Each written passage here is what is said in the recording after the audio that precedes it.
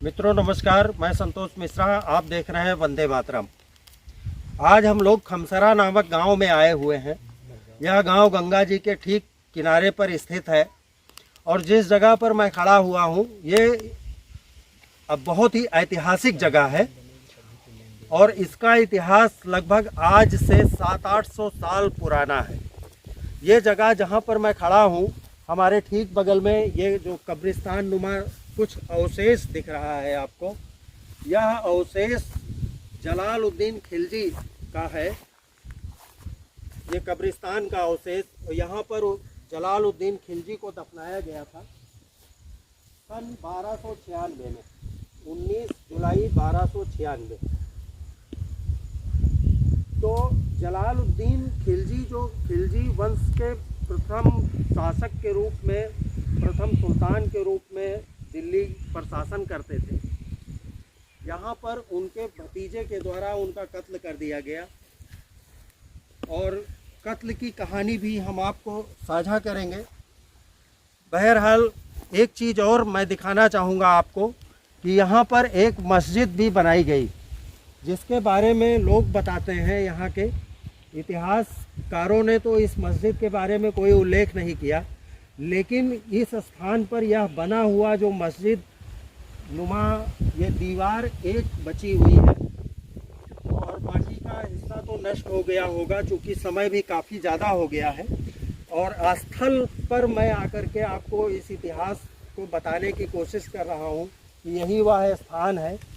तो इस मस्जिद के बारे में कहा जाता है कि जलालुद्दीन जब यहाँ पर आए थे अपने भतीजे अलाउद्दीन खिलजी से मिलने के लिए, जो कि कड़ा मानिकपुर सूबा हुआ करता था उस समय, और उस अलाउद्दीन खिलजी यहाँ के गवर्नर हुआ करते थे। तो दिल्ली के सुल्तान जो सगे चाचा भी थे, अलाउद्दीन खिलजी के सगे चाचा थे जलालुद्दीन खिलजी, वो जब यहाँ मिलने के लिए आए थे तो उस समय इस मस्जिद का निर्माण कराया गया था। और इसमें लोग बताते हैं कि सिर्फ एक ही दिन एक बार जलालुद्दीन खिलजी ने नमाज पढ़ी है और नमाज पढ़ने के बाद उस मस्जिद का उसके बाद कोई उपयोग किसी के द्वारा नहीं किया गया। और उसी के अगले दिन अलाउद्दीन खिलजी ने अपने चाचा जलालुद्दीन खिलजी का यहीं पर गंगा जी के धारा के बीच में कत्ल कर दिया और उनको बुलाया था। दिल्ली से वो आए थे, जब मिलने की बात हुई तो वहाँ से तो फौज के साथ आए थे, लेकिन जब मिलने की बात हुई तो अलाउद्दीन खिलजी ने शर्त रखा कि साथ में कोई नहीं होगा और हमारी मुलाकात दोनों लोगों की, चाचा भतीजे की, अकेले में ही होगी। तो उधर से नाव से इधर से वो चले और उस तरफ से कड़ा, चूँकि कौशाम्बी जनपद में गंगा के उस पार पड़ता है, तो वहाँ से अलाउद्दीन खिलजी नाव के द्वारा आए और बीच में कहीं पे मुलाकात होती है। दोनों एक नाव में आते हैं।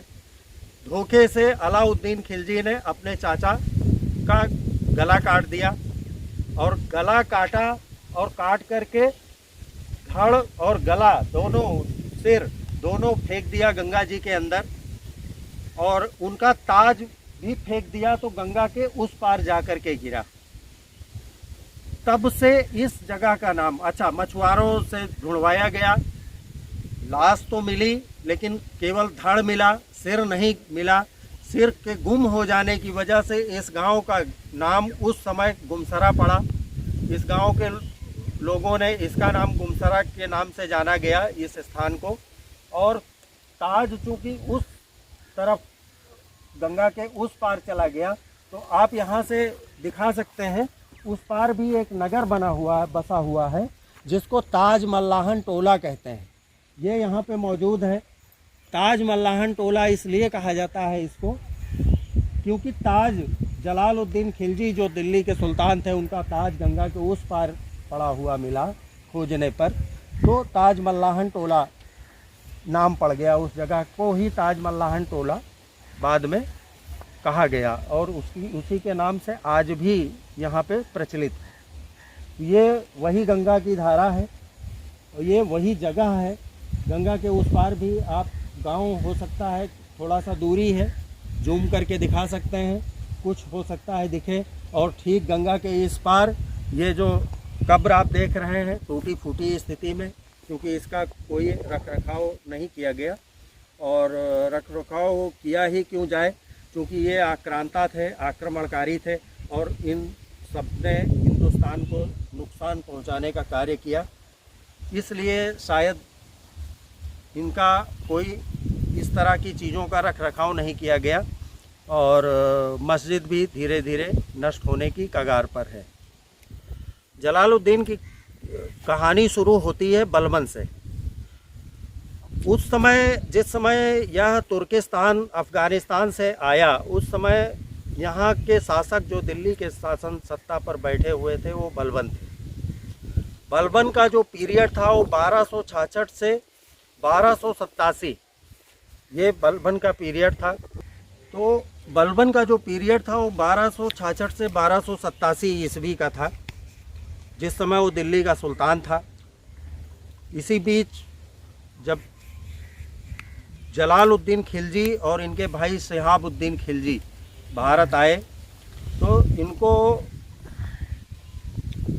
अपने मंत्रिमंडल में बलबन ने अच्छे ओहदे पर रखा। पहले तो अंगरक्षक के रूप में रखा, ऐसा इतिहासकार बताते हैं। उसके बाद कई जगह का गवर्नर भी बनाया। 1287 में बलबन की मृत्यु हो जाती है। बलबन की मृत्यु के बाद बलबन के छोटे बेटे का बेटा कायकाबाद को दिल्ली का सुल्तान 1287 में घोषित किया जाता है। उस समय कायकाबाद की उम्र जो है वो 17 वर्ष होती है, लेकिन कायकाबाद के साथ एक बड़ी गलत कुछ आदतें थी उसकी।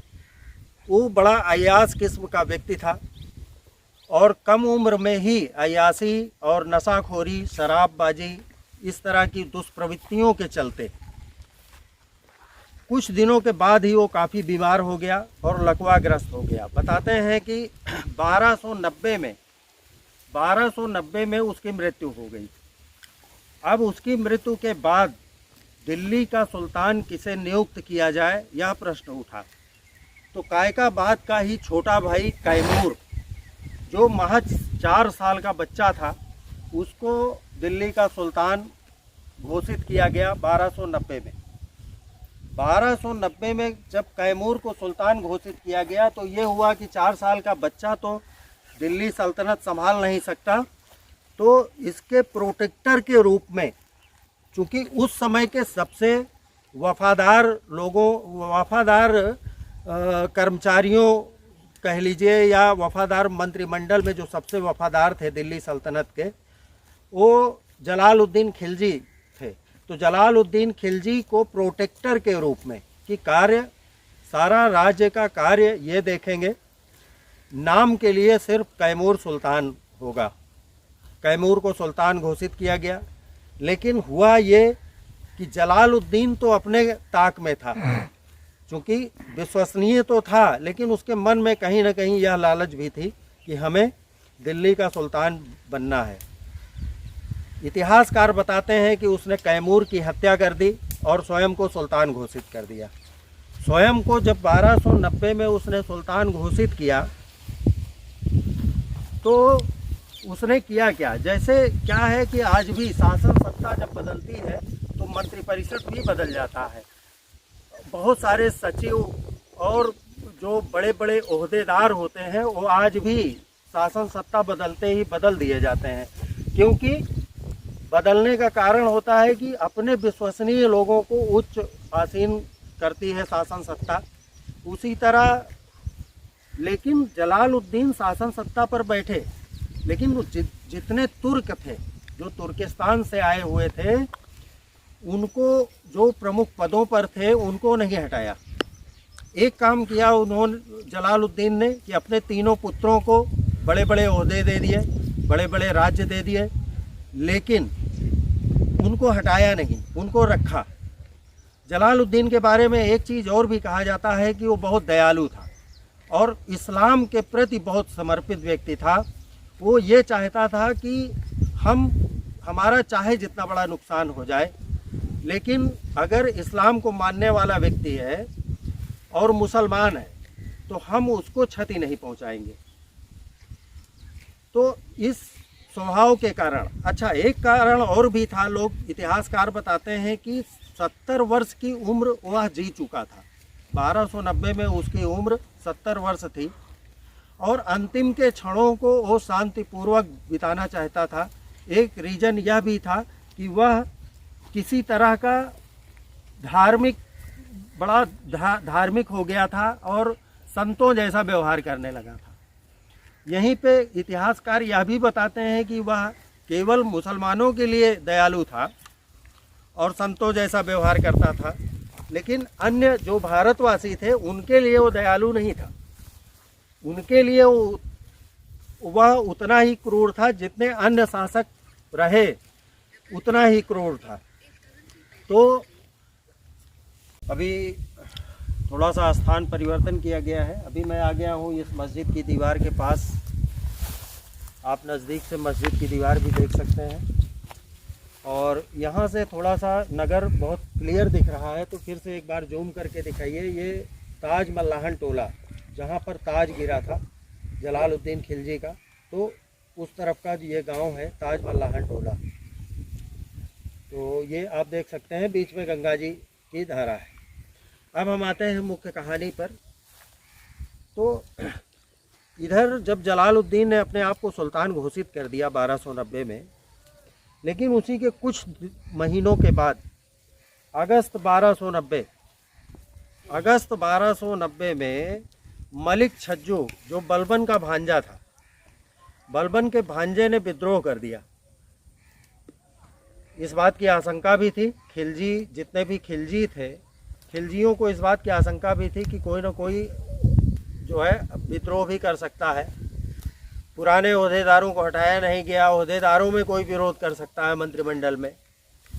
तो मलिक छज्जू जो पास में ही बलबन का भांजा था, कुछ राज्य भी थे उसके पास, और उसने विद्रोह कर दिया। और विद्रोह में युद्ध हुआ। बलबन की सेना और मलिक छज्जू की सेना आमने सामने थी। युद्ध में होना वही था, चूँकि ये जलालुद्दीन की जो सेना थी वो काफ़ी बड़ी थी, मलिक छज्जू की सेना छोटी थी, वो छोटे राज्य का मालिक था। जलालुद्दीन की सेना ने मलिक छज्जू को बंदी बना लिया और बंदी बना करके जब पेश किया जलालुद्दीन के सामने, तो जलालुद्दीन ने उसे भी माफ़ कर दिया। और माफ़ करके शाम को, ऐसा इतिहासकार बताते हैं कि शाम को अच्छे अच्छे पकवान बनवाए और मलिक छज्जू को डिनर पर बुलाया और अपने साथ में बैठा करके खाना खिलाया। यह बातें खिलजियों के लिए बहुत चिंता का विषय थी कि ऐसे तो ये शासन सत्ता चलेगा नहीं और ऐसे शासन सत्ता ख़त्म हो जाएगा।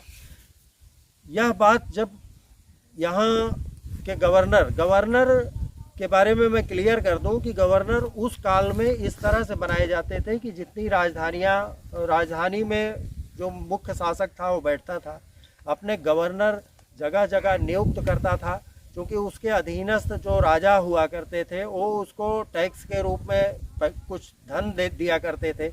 उनसे सालाना कुछ तय हुआ करता था कि भाई हमें राज्य तुम ही करोगे, और राज्य करने के बाद हमें साल भर में इतना पैसा, इतना सोने की मोहरें, इतना धन धान्य या अनाजें, ये इतना हमें दोगे। तो इन शर्तों पर जो सामंत राजा होते थे वो राज्य करते थे। दिल्ली पर बैठा हुआ शासक वह क्या करता था, वो सारे टैक्सों को वसूलता था। वसूलने के लिए जो नियुक्त किए जाते थे अधिकारी, उनको गवर्नर कहा जाता था। तो जलालुद्दीन ने अपने भतीजे अलाउद्दीन खिलजी को भी कड़ा में नियुक्त किया था। कड़ा और मानिकपुर ये सूबा हुआ करता था उस काल में। तो यहाँ इस सूबे में वो बैठते थे और यहाँ के जितने भी आसपास के सामंत राजा थे उनसे वो कर वसूलते थे। जो एग्रीमेंट होता था राजा और सुल्तान के बीच या सम्राट के बीच, उसको वसूलते थे और वसूल करके राजा के पास पहुँचाते थे। अलाउद्दीन खिलजी बहुत ही महत्वाकांक्षी व्यक्तित्व था, ऐसा इतिहासकार बताते हैं कि उसके अंदर बहुत महत्वाकांक्षी थी और उसको भी बड़ी चिंता हुई। और जब उसने सुना कि मलिक छज्जू को भी माफ़ कर दिया और इस तरह खिलजी वंश ख़त्म हो जाएगा और बड़ी मुश्किल से जो दिल्ली का ताज मिला हुआ है वह छिन जाएगा, तो इसने अपनी रचना शुरू कर दी, अपनी स्कीम बनानी शुरू कर दी अलाउद्दीन खिलजी ने कि यह व्यक्ति बूढ़ा हो गया है और यह व्यक्ति इतना धार्मिक और दयालुता से शासन सत्ता नहीं चलती है। तो इसने अपनी तैयारी शुरू कर दी कि अब शासन सत्ता की बागडोर हमें संभालनी है। यहाँ का गवर्नर होते हुए इसने जो है भिलसा पे आक्रमण किया। भिलसा के आक्रमण से ढेर सारा धन संपत्ति लूटा। उसके बाद और भी कई राज्यों में इसने आक्रमण किया और आक्रमण करके धन संपत्ति लूटा और लूटने के बाद अपने आप को मजबूत किया।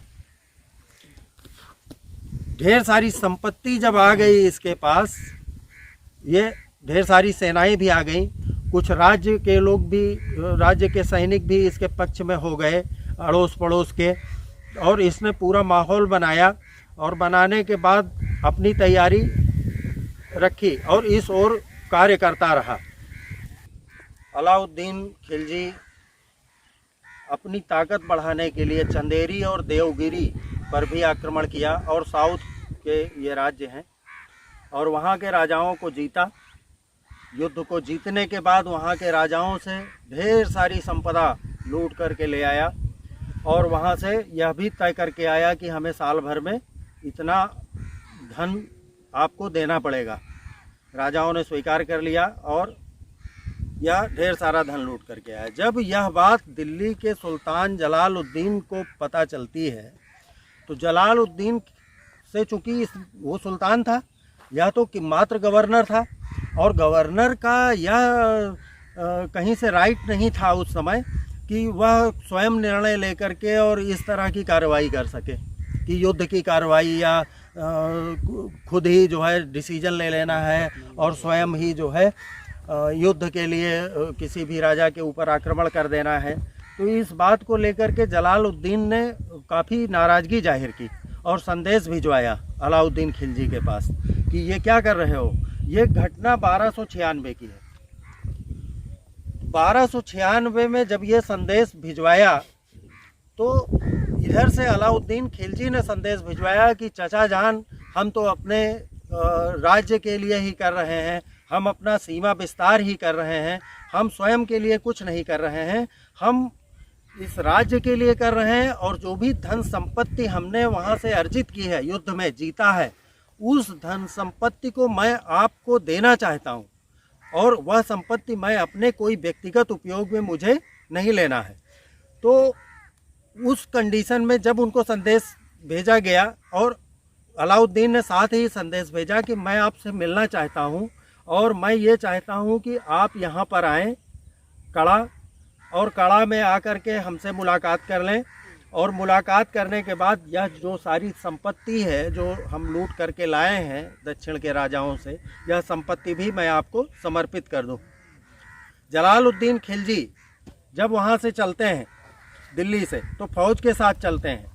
यहाँ पर रुकने का जिक्र है कि यहाँ पर वो रुके और यहीं नमाज अदा की। ये जो सामने आपके एक बार उधर भी कैमरा दिखाइए, ये जो मस्जिद की दीवार खड़ी है और ये टीले जैसी जगह है कुछ, और ये भी किले जैसा आपको प्रतीत होगा।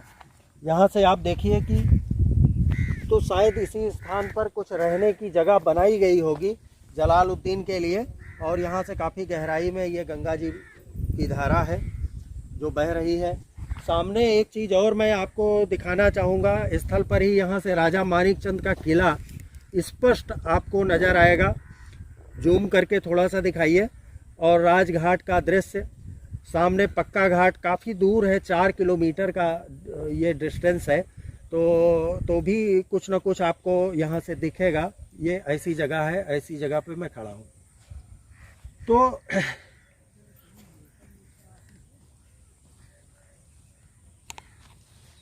इतिहासकार बताते हैं कि जुलाई 1996 में जलालुद्दीन यहाँ आए थे और यहाँ पर रुके, यहाँ नमाज अदा की।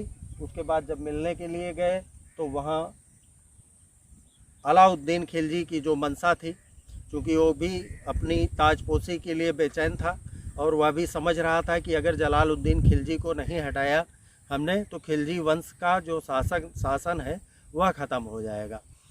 बहरहाल चाचा भतीजे जब मिलते हैं तो ये धोखे से मार देता है। इस मारने के बाद की कहानी मैं आपको बता चुका हूँ। इसके बाद अक्टूबर 1296 में वह अपने आप को सुल्तान घोषित करता है, अलाउद्दीन खिलजी। सुल्तान घोषित करने के बाद इसने भारत के जितने भी राज्य थे, दक्षिण भारत की तरफ इसने काफ़ी विस्तार किया। इसके बारे में भी हम चर्चा करेंगे अगले वीडियो में। और कुछ और महत्वपूर्ण चीज़ें मैं अलाउद्दीन खिलजी के बारे में आपसे बता दूं जो इस स्थान से संबंधित है। तो यहाँ से मात्र 3 किलोमीटर की दूरी पर कड़ा है, गंगा के ठीक उस पार, और कड़ा में ख्वाजा कड़क शाह की मज़ार है, जहाँ पर हिंदू मुसलमान सभी दर्शन करने के लिए आते हैं। पीर थे, अपने ज़माने के संत थे ख्वाजा कड़क शाह। कभी हम उनके दरबार का भी आपको वीडियो दिखाएंगे और वहाँ के बारे में भी पूरी चर्चा होगी। वहाँ के बारे में कहा जाता है कि अलाउद्दीन खिलजी ख्वाजा कड़क शाह का भक्त था और ख्वाजा कड़क शाह को अपने गुरु की तरह मानता था और काफ़ी आदर करता था। वहाँ पर भी उसने मस्जिद बनवाई है, उसको भी हम अगले वीडियो में आपको ज़रूर दिखाएंगे। मैं हूं संतोष मिश्रा, आप देख रहे हैं वंदे मातरम। यदि मेरा चैनल पसंद आए तो लाइक करें, शेयर करें, सब्सक्राइब करें। जय हिंद, जय